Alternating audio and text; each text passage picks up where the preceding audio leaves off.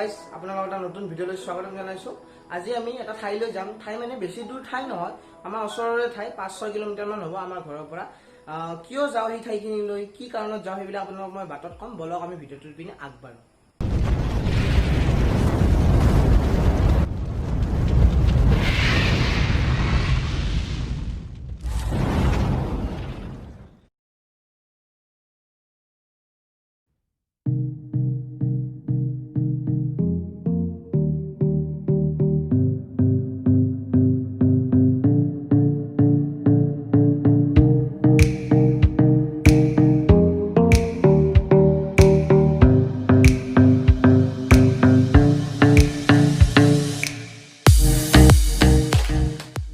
তো বন্ধুসকল, আমি গবৰাত দললৈ যাম।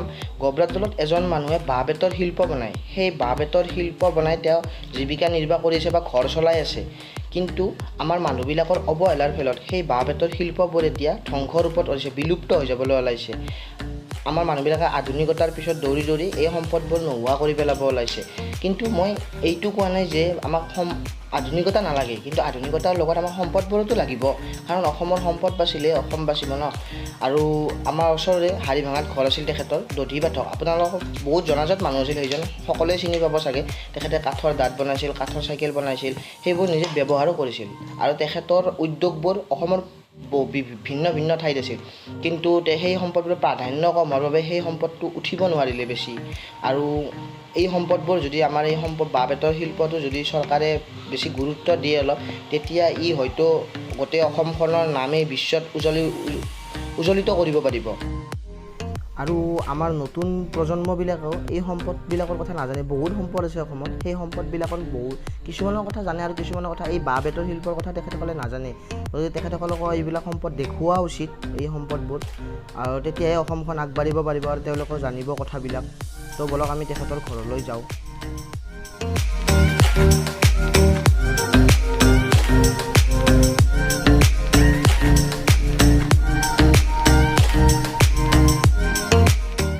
তো বন্ধুসকল, আমি আহি পালোঁ সেই ঠাইখিনি, খুৰাৰ ঘৰটো য'ত বনাই বুলি কৈছিলোঁ বাঁহ বেতৰ সামগ্ৰীবোৰ। এই ঘৰটো পিছফালে দেখিছেনে, ইয়াতে বনোৱা হয় সকলোবিলাক সামগ্ৰী। মই ভিতৰলৈ যাই আপোনালোকক দেখুৱাওঁ কি কি বনাই বা বনায়ো আছে নেকি চাওঁ মই।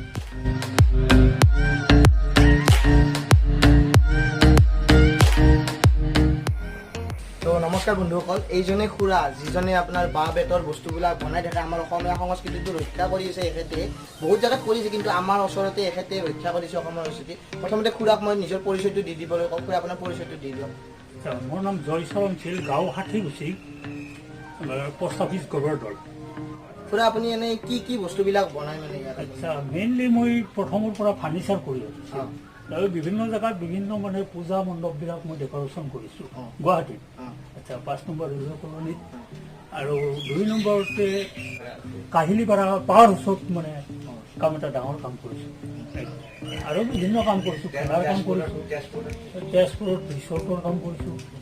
আৰু ওচৰে পাজৰে সৰু সুৰা কাম কৰি আছোঁ। আৰু গুৱাহাটীৰ বিভিন্ন অনুষ্ঠানত মই ফাৰ্নিচাৰবিলাক দি আছোঁ, ব্ৰেণ্ডবিলাক। আগতে ধৰক আপুনি বাঁহ বেতৰ সামগ্ৰী বহুত বিক্ৰী হৈছিল, আজিকালি সেই চাহিদাটো আছেনে বাঁহ বেতৰ সামগ্ৰীবোৰ? এতিয়া মানে আমাৰ লোকেলত মানে অলপ কম হৈছে, বাহিৰত এইবিলাক আছে। বাহিৰত এতিয়াও মানে ইয়াৰ চাহিদা আছে। তোমাৰ কথা হ'ল কি, বস্তুটো প্ৰডাক্টবিলাক মানে ভাল ফিনিচিং হ'ব লাগিব, বাহিৰৰ মানে সেইটোহে মানে চিন্তা কৰোঁ। এনেই আপুনি কি কি ধৰণৰ বস্তু বনাই সেইটো আমাক দেখাবচোন। আচ্ছা, এইটা নতুন কৰি মই লৈছোঁ, এইটো আমাৰ মানে অসমীয়া সংস্কৃতিৰ বস্তু, এইটো জাপা আমাৰ। আপোনাৰ এইবিলাক আৰু এই মানে যিটো ছোৱালীবিলাকৰ তোলনি বিয়া বুলি কয়, এই বিয়াত ব্যৱহাৰ কৰোঁ আমাৰ। আৰু খুৰা, মানে বস্তুবিলাক ডাইৰেক্ট বাঁহটো কাটি পেলাই বনোৱা হয়নে, না বেতটো বা বাঁহটো কাটি পেলাই বস্তুটো বনোৱা হয়নে, কিবা বেলেগ প্ৰচেছ? বেলেগ প্ৰচেছত মানে চফা ছেটবিলাক আমাৰ নেটিং কৰি পেলাই বেতৰবিলাক কৰোঁ। আৰু বাঁহৰবিলাক এইবিলাক মানে এইবিলাক কৰোঁ, এইবিলাক নেটিং হ'ব, মানে ছাইডটোহে নেটিং। আৰু এইবিলাক আছে, এইবিলাক কণাৰ মানে এইবিলাক মানে নেটিং কৰি মানে প'ষ্টবিলাক মানে পূৰা জইনবিলাক নেটখা কৰি দিয়া যায়।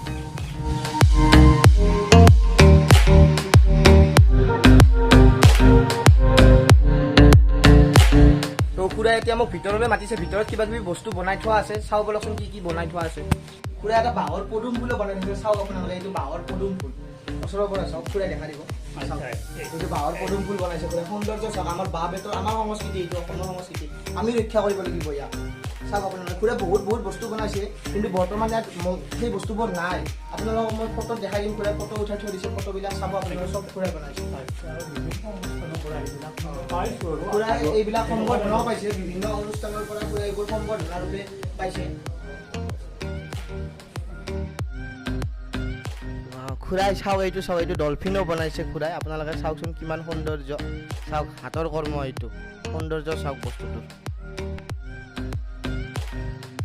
তো বন্ধুসকল আপোনালোকে হয়তো আপোনালোকৰ ড্ৰয়িং ৰুমত বহুত ধৰণৰ লাইট লগাইছে কিন্তু এইটো চাওক খুৰাই নিজে হাতেৰে বাঁহেৰে বনাইছে অকল ড্ৰয়িং ৰুমত সৌন্দৰ্য বৰ্জন কৰিবৰ কাৰণে ওপৰত লগাই দিয়া হয় লাইট থাকিলে আপোনালোকক জ্বলাই দেখা দিলোঁ ইয়াৰ অলপ লাইটৰ প্ৰব্লেম হৈছে সেইবাবে দেখাব পৰা নাই আপোনালোকে হয়তো সৌন্দৰ্যটো চাওক কেনেকুৱা বনাইছে খুৰাই এই চাৰিওফালে ফুটাবিলাকত লাইট লাগি যাব এই ফুটাবিলাকত লাইট লাগি যাব এনেকুৱা ধৰণে ফিনিচিংটো কমপ্লিট হোৱা নাই হ'লেও আপোনালোকে সৌন্দৰ্যটো ফিনিচিং কমপ্লিট হোৱাৰ পিছত বেছি ভালকৈ দেখিব কিন্তু এতিয়াও সৌন্দৰ্যটো চাওক আপোনালোকে আৰু মণ্ডপবিলাক বুজি বনাই বিয়াৰ মণ্ডপবিলাক তাৰ বাবে মালা খুৰাই তৈয়াৰ কৰিছে এইবিলাক মালা আৰু বহুত সামগ্ৰী আছে খুৰাই তাত বৰ্তমান নাই বৰ্তমান খুৰাই বনাই পেলাই থৈ দিয়া নাই ক'ৰবাত দি দিছে সেইবোৰ আপোনালোকক এতিয়া মই ফটোত দেখাম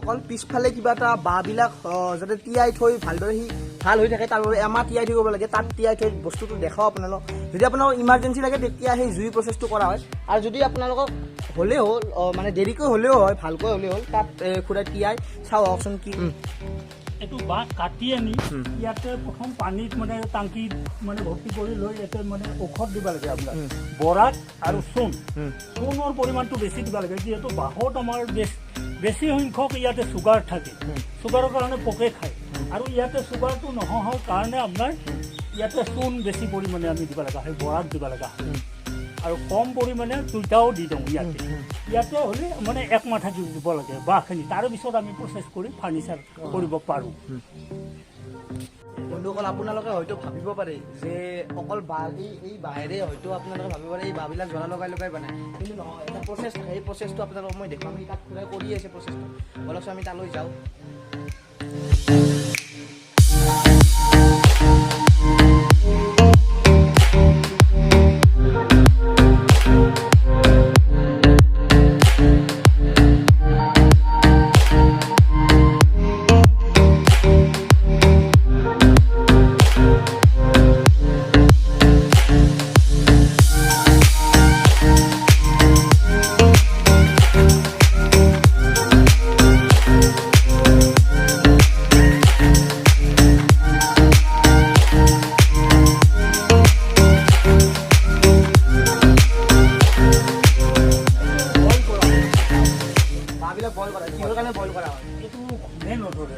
বস্তুবিলাক কোনে নধৰে হয় ইয়াত কেনেকৈ কি কৰা হয় মানে এইটো প্ৰচেছিংটো প্ৰথম কৰি উঠি বইল কৰাৰ পিছত তাৰপিছতহে আমি মানে চিষ্টেমেটিক মানে এইটো মানে কাটিং কৰোঁ ফাৰ্নিচাৰৰ কাৰণে বা লাইটবিলাকৰ কাৰণে বিভিন্ন ইয়াত কিবা কিবি দিব লাগে নেকি ঔষধ চৌষধ ট্ৰাইচেল দিয়া হয় তাৰপিছত ইটা দিয়া হয় আৰু বৰফটো দিয়া হয় বেছি ইয়াতে বাঁহবিলাক মানে ইয়াত বইল কৰি লোৱা হয় পাছ তাৰপিছত আপোনালোকৰ কামবিলাক আৰম্ভ হয় তো খুৰা এইটো কি কৰা হয় মানে এইটো কি প্ৰচেছ মানে এইটো মানে হোল কৰোঁ মেচিনেৰে এইটো ফাৰ্নিচাৰ কৰাৰ কাৰণে এইটো হোলটো লাগে কাৰণ ষ্ট্ৰিপবিলাক সময় দিব লাগিব তেতিয়া বস্তুবিলাক সোমাব লাগিব এইবিলাক সময় দিব লাগিব তেতিয়াই মানে এইটো ফিটিংটো কৰাটো